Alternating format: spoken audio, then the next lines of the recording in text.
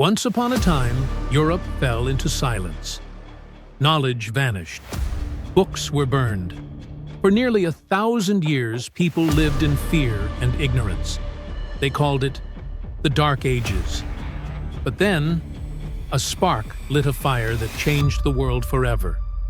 This was the Renaissance, an explosion of art, science, and human genius that gave birth to the modern world.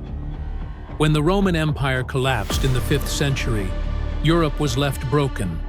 Roads crumbled, cities fell, and knowledge that had once filled great libraries was forgotten. Ordinary people lived short, brutal lives. Education was rare. Most couldn't even read their own name. The church controlled knowledge, and superstition ruled the land. For many, it felt like the light of civilization had gone out. Show Islamic scholars, trade routes, manuscripts. But in the East, something different was happening.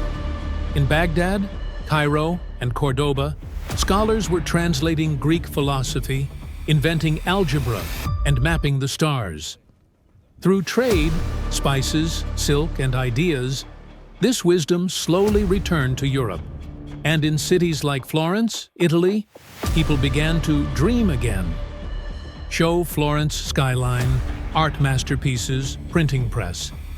The 14th century marked a rebirth. Rinascimento, the Renaissance. Artists like Leonardo da Vinci painted life with breathtaking realism. Michelangelo carved marble into living flesh. Writers rediscovered human dignity and freedom. Then came Gutenberg's printing press, which unleashed books into the hands of ordinary people. For the first time in history, knowledge could no longer be controlled by kings or priests. It belonged to everyone. The Renaissance gave birth to science. Copernicus dared to say the Earth was not the center of the universe.